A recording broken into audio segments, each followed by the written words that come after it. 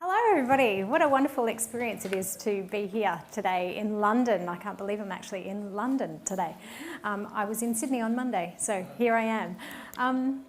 I'm here today to talk a bit about our experience in Australia, but I wanted to start with this map because this map is on the wall of our office in Sydney, and it is a map that's really important to us because it represents how many 250 languages that were in Australia before colonisation.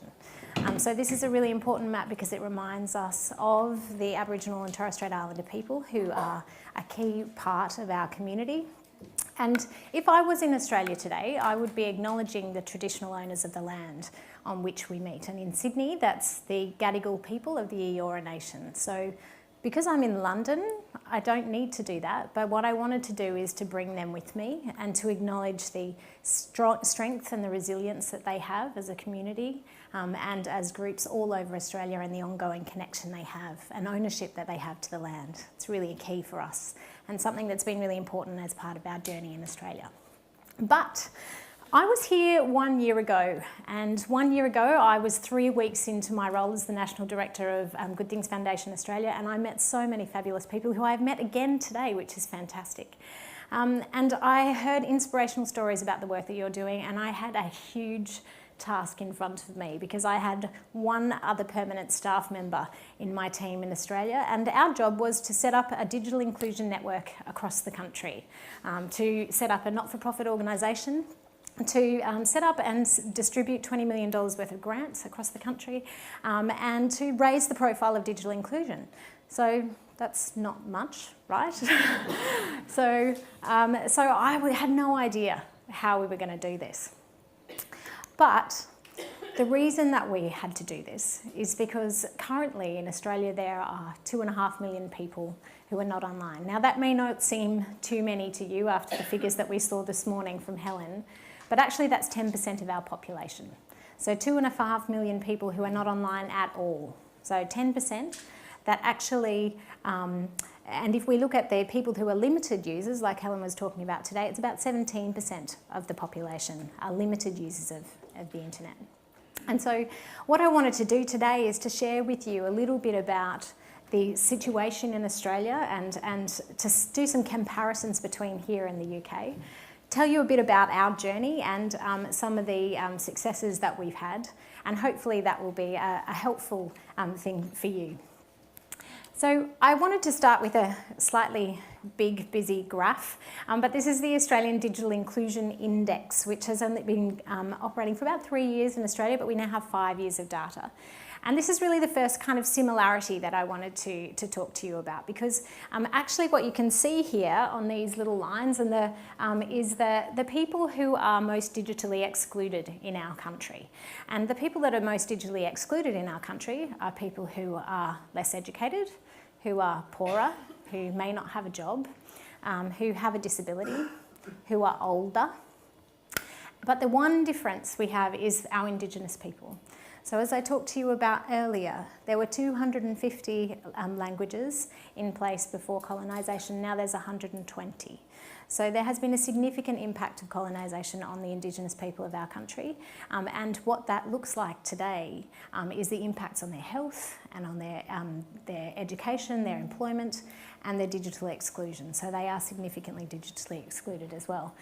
The interesting thing about the Australian Digital Inclusion Index here is that it's looking at a comparison between different groups. So people that are at 0 have very, very low digital exclusion. People who are at 100 are totally digitally included.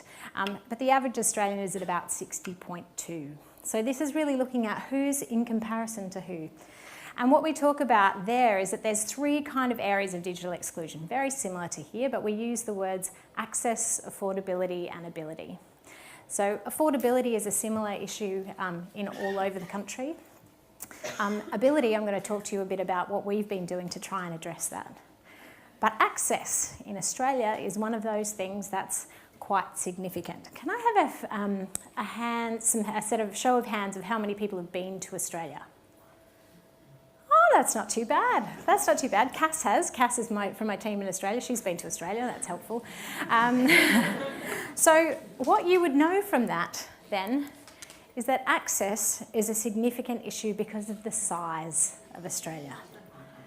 So this is another map that I'm going to show you, which basically shows the whole of Europe within Australia, with space to spare. So although we only have a population of 25 million, we have a lot of area to cover. And one of the most important things is that we provide access to people to the broadband. Now, there has been a whole process of a rollout of a new thing called the National Broadband Network in Australia, and that has been improving the access for people. But it's a significant issue for people that live right in the middle of Australia or up on the north, that they have to have satellites, and sometimes, in fact, 3 or 4 different satellites to actually have access to the internet and broadband services. So it's a continuing concern for people in Australia in terms of access. So one of the differences we have there. But I'm here actually to tell you about the Bconnected program, which is what Good Things Foundation in Australia won the tender to deliver in August 2017, sorry, looking at Helen in the front row. So Bconnected program is supporting older Australians and older means 50 plus in Australia, so just as a warning for everybody, if you come to Australia, if you're 50, you're old. And it's delivered in partnership with the Department of Social Services and the Office of the E-Safety Commissioner. And it's all about supporting people to learn new digital skills. There are 4 elements to the Bconnected program. One is the national network, and we are the national network manager as Good Things Foundation Australia. The other is a learning portal, which I'll show you a little bit of in a minute. It's a bit like Learn My Way, but not quite the same. We have a grant program that our team is responsible for managing as well, and that's a $20 million grant program to get grants out to the network to support them to start programs, and an awareness campaign that the Department of Social Services is going to be running. So instead of having Learn My Way, we have the Bconnected learning portal, and actually quite a lot of the content came from Learn My Way initially, but there has been a whole lot of other things. And this is run by the Office of the E-Safety Commissioner. So one of the slight changes for us, the differences between us in Australia and in the UK, is that we work very closely with the government department to actually deliver this program. So they have the Learn My Way courses are on this program here. And, as Helen said this morning, part of our role as the National Network Manager has been to build a national network. Now, we had absolutely no one in the network when Helen and Vanessa, who's here today, came over from the UK to start this program, walked into an office with absolutely nothing except some laptops and a list of people to start calling. And since then, we have managed to recruit 2,050 community organisations all across the country. And this map we are particularly proud of because it shows the spread of organisations all over the country. So as I said to you earlier, access is a real problem. So it was really important that we had a network that covered where people actually do live in our country. And what this map also shows is that actually the network is representative of the percentage of the population. So you can see there are a lot around the edges, because that's where most of us in Australia live. We live around the edges, close to the beach. And so that's really where most of our network partners are. But we do have some right in the middle, and we do have some in small Aboriginal communities, and we do have some right up the very top of the Cape, which is a really important thing to make sure people have access to places to learn digital skills. And our network is very diverse, and this is something that's quite similar to the network, the Online Centres network here in the UK. We have libraries. We have about 25% libraries. We have community centres. We have aged care services. We have small ethnic community groups. We have things called men's sheds, which I'll tell you a bit more about later. There are now women's sheds as well, which I'm very excited about.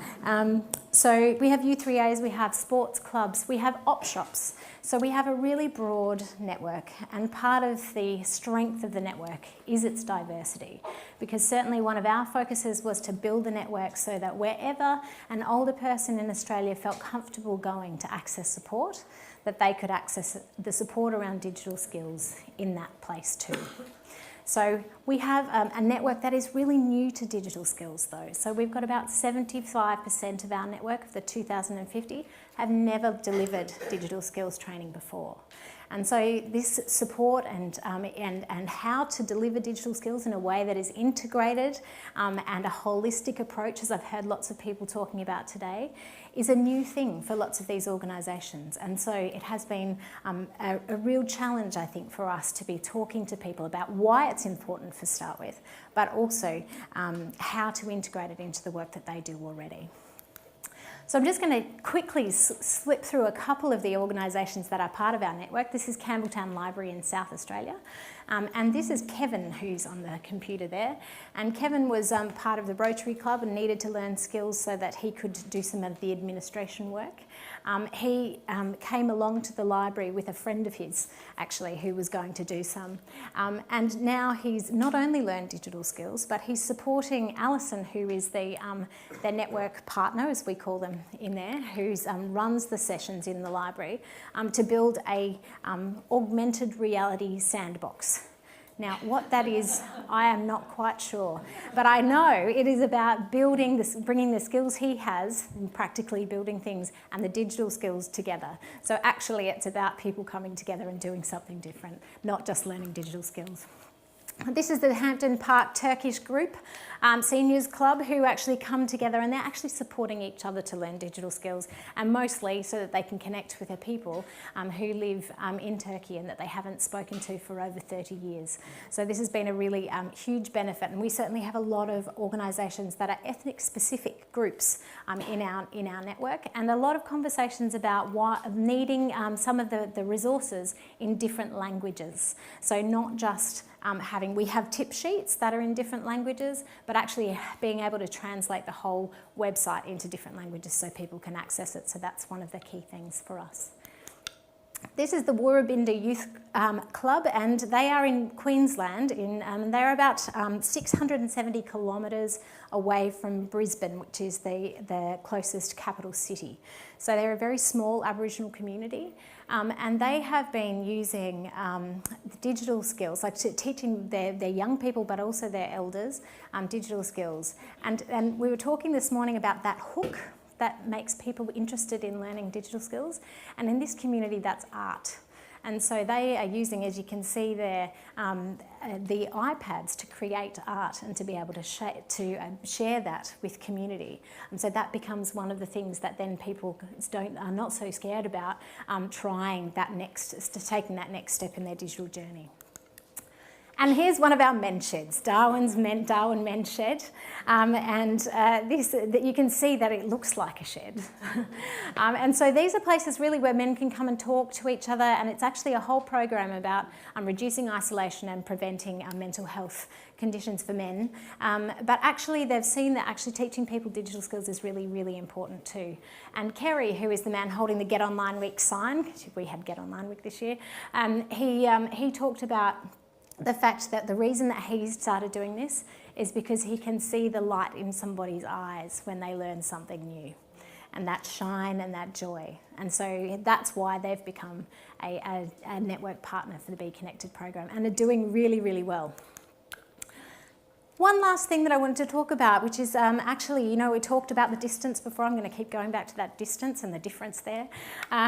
So ASCA, which is the Australian Seniors Computer Club Association, been one of our capacity building organisations, and they are organisations who are bigger, who have been involved in digital inclusion before, and are helping us to build the network and to support people to learn digital skills. So ASCA was looking at how do they engage network partners, new organisations in remote parts of Western Australia. And so they're places that, it can take you 8 hours to get there by car. So to think about creatively about how they were going to support people and recruit people, they're actually using video conference to do that. And so this is actually a photo of a session that they were doing around how would you engage people in digital online learning, but they were doing it online. So, and they started to look at how do they support people to learn digital skills, but doing it online as well through video conference. So that's a challenge, but something that they've started to do. So just quickly, our achievements. in 1 year, I can't believe it's only been 1 year, we've had 2,050 network partners across the country. Those network partners have supported 60,000 and more people to learn digital skills. We've distributed close to $4 million, in fact now it's over $4 million worth of grants to organisations to start their programs. And our network team, like the network team here in the UK, has 90.1% satisfaction rate. So I'm really proud of that and really proud of the team in the work that they've done. And most importantly, 86% of the learners that have accessed support through them have been really satisfied with the support that they've received. So those are some of the key things that I think are achievements for us. Woo!